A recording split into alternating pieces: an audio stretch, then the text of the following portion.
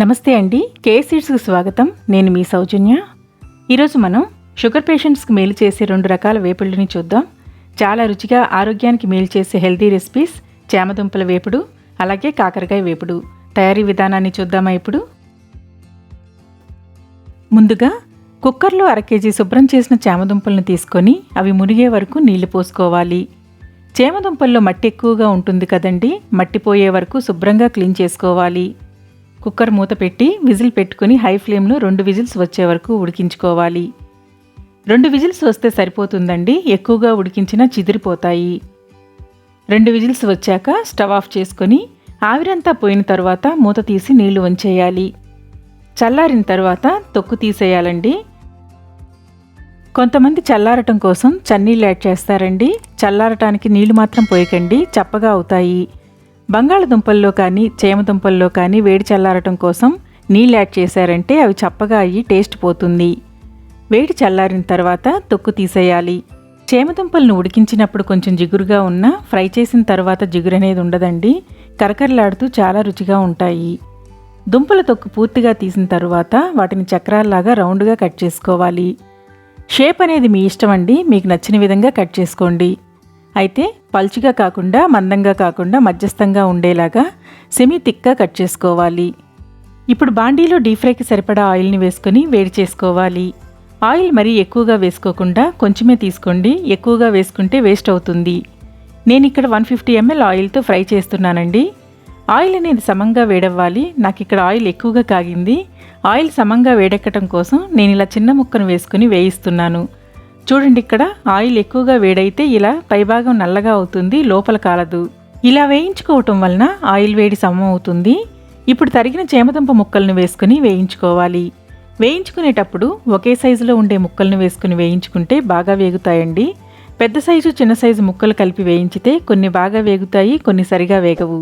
మీరు వేయించుకునేటప్పుడు సైజుల వారీగా సెపరేట్ చేసుకుని వేయించుకుంటే ముక్కలన్నీ ఈవెన్గా బాగా వేగుతాయి. ముక్కలు మంచి గోల్డెన్ కలర్కు వచ్చే వరకు వేయించుకుని ప్లేట్లోకి తీసుకోవాలి.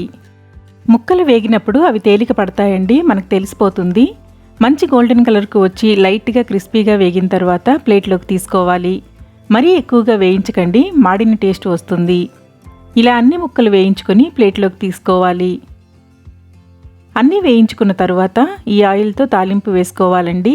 ఇంత ఆయిల్ అవసరం ఉండదు. ఇప్పుడు మిగిలిన ఆయిల్ను స్ట్రైన్ చేసుకోవాలి. మాడుంది కదా, ఇదంతా ముక్కలకు అంటుకొని నల్లగా తయారవుతాయి.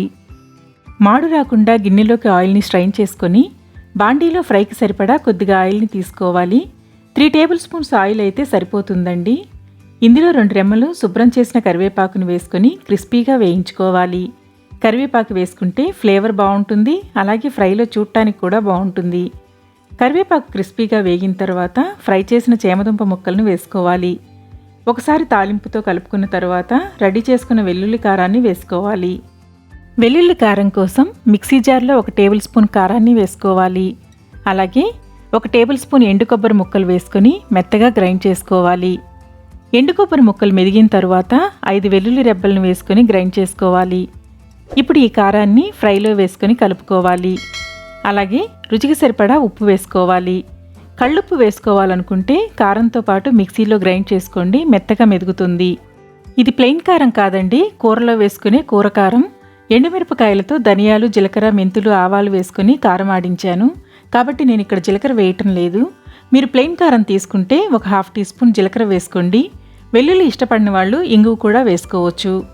వెల్లుల్లి కొబ్బరి కారం కాకుండా పప్పుల పొడి, ఇడ్లీ పొడి కూడా వేసుకోవచ్చండి. మీ టేస్ట్ని బట్టి ఏ కారపొడైనా వాడుకోవచ్చు. కారం వేసిన తర్వాత ఎక్కువగా ఫ్రై చేయకూడదండి, మాడిపోతుంది. ముక్కలకు ఉప్పు కారం పట్టేలాగా ఒకసారి అంతా కలుపుకొని స్టవ్ ఆఫ్ చేసుకోవాలి. వేయించిన తర్వాత మూత పెట్టకూడదండి, ముక్కలు మెత్తబడతాయి. పూర్తిగా చల్లారిన తర్వాత మాత్రమే మూత పెట్టుకోవాలి. ఇంతేనండి, కరకరలాడే చామదుంపల వేపుడు తయారైంది. రసంతో, పప్పుతో, పులుసుతో చాలా బాగుంటుంది.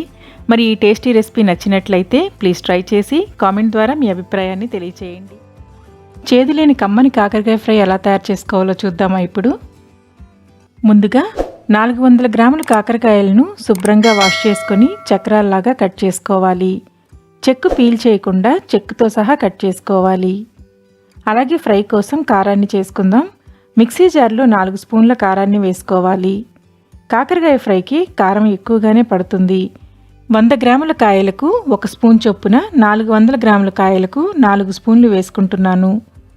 పావు టీ స్పూన్ జీలకర్ర, పావు చిప్ప ఎండు కొబ్బరి, రుచికి సరిపడా ఉప్పు, హాఫ్ టీ స్పూన్ బెల్లం, 5-6 వెల్లుల్లి రెబ్బలు వేసుకొని మెత్తగా గ్రైండ్ చేసుకోవాలి.